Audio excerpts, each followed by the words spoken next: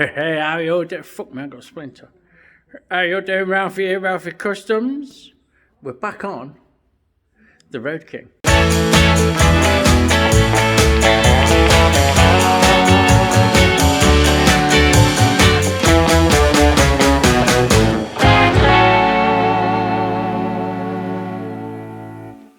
Hey, right, we're back on the old CAD, the cardboard aided design. And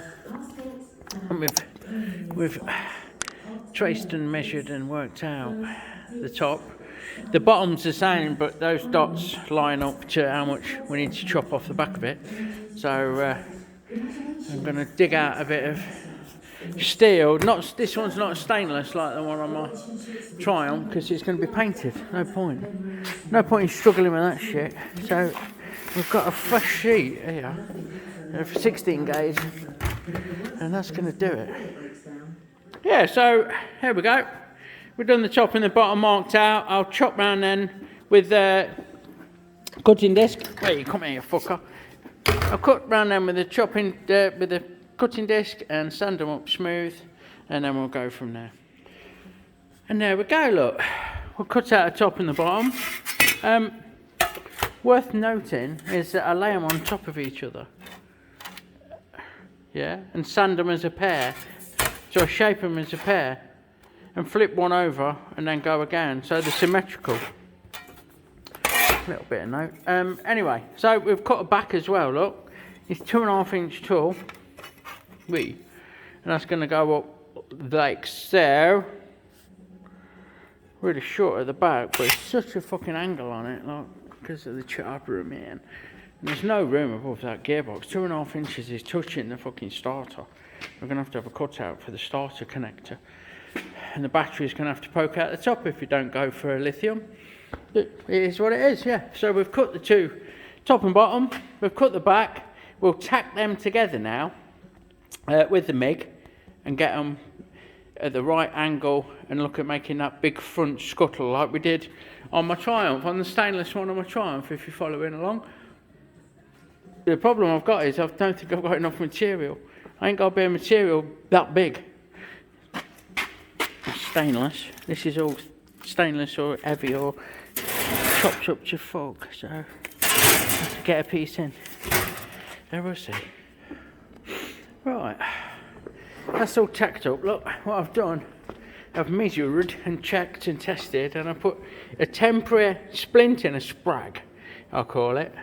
And that'll end up getting cut out when we make it, but that'll hold it nice and true.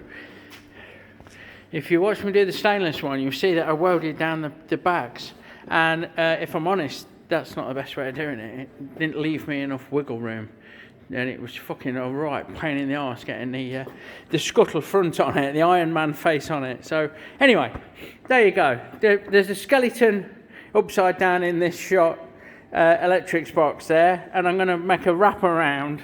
I've just, if I'm really fucking careful, got enough material in this sheet. So, wow.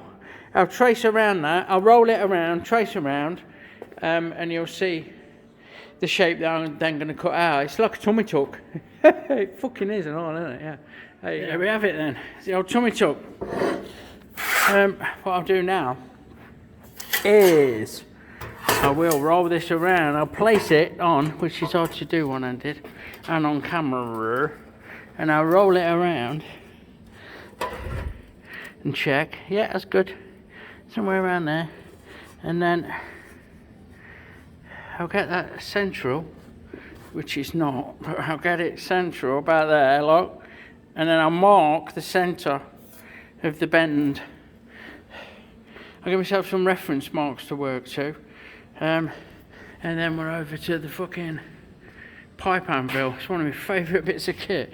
It's such a fucking labour saver. I'll drag it out and show you how to do it. That's all, you look. Way. We've got 3 marks. We've got the middle of the bend and one each end that shows us about where it starts. Yeah. So what we can now do is put this in to our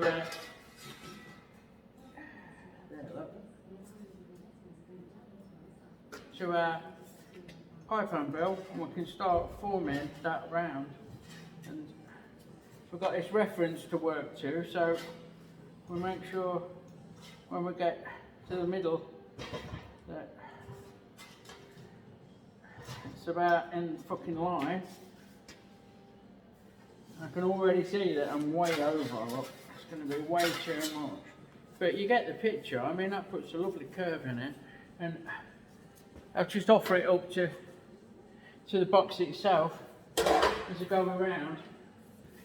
If I got too much like that, I'll just take some out. Just put it back in and just move it around, tease it up. Look, no big deal. Off we go. Like so. Now we've got a slower bend in it. We can offer that up. That looks about right actually, or better. And so on and so forth, until we get it to the horseshoe shape that we need, and we can tack it into the box. So we've got the rough shape. It doesn't fit exactly, but it doesn't need to, because we can form it around the existing, you know. It would be really difficult for me to catch this on camera, because there's only me in there. If we had a mobile camera person, then we'd be able to do it. But what I'm going to do, I'm going to start tacking, and I'm going to start pulling it around. I use a ruler to get in and lift it if I need to, as I work my way around, although we've got a sprag in place, so it shouldn't be too far out. And because we're using the MIG, it's really quite forgiving. So anyway, let's get a tackle. If the light, somehow the light trips this out, I don't know how, because I'm not even facing that way, am I? But I'm black, but I can't see a fucking thing. So, I have to go old school.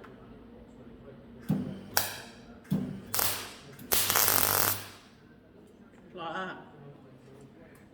I think I'm going to do the squint, safety squint method, because the lighting is tripping me fucking mad. I can't see. Like I say, it's not going to be the best, the most photogenic, but I use my paperweight against it, and I push against it, and I pull it, and I get it in place, and wait till there's a little gap, and then tack on it, push it again, work my way around until we're tacked in place, really. There we have it. A little bit of pushing and tapping and tweaking, and what I'd purposely do, that looks massive on camera and it ain't, I've not quite finished, I need to tighten that corner up, once you've seen it. What I purposely do is leave this a little bit tall, and it gives me a bit of wiggle room. Can't do this with the stainless, because you can't do it with stainless, not to that degree. But what I'll do, I'll go around with the sander and I'll clean it all up, get it ready to weld, and then I'll fucking weld it, basically. Happy days. And there we go, that's about how it fucking sits.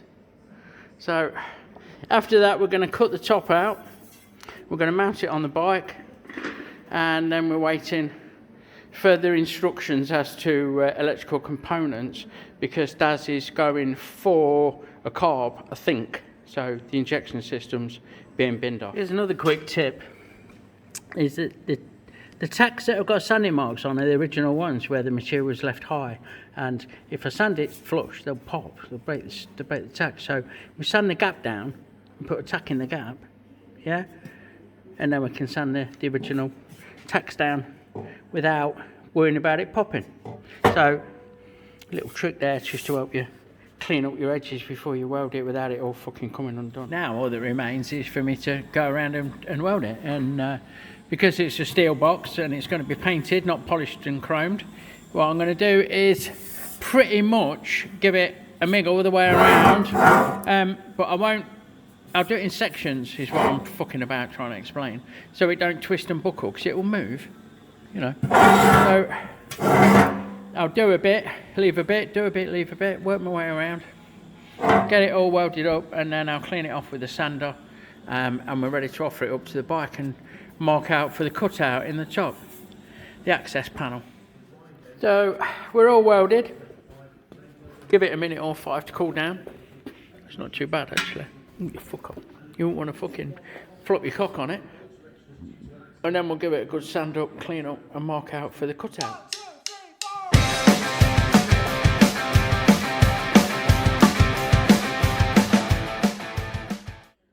Hey. There you go.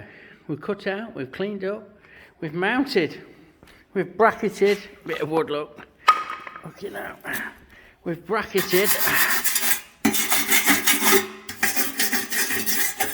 And that is not half bad. It's not massive.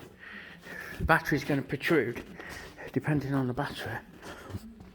It's proper tight on that fucking starter terminal. But I'm sure you'll agree that that sits really nice in there. Try and get in a bit. There we go. Get a quick screen grab. And for now, until I get the components and I know where to run holes and brackets and yada yada, that's the electrics box done. Happy days. As always, it leaves me to just thank you for stopping by. If you like what you see, give me a like and a sub. It really, really helps. Check out my friends in the description below, and I'll see you on the next one.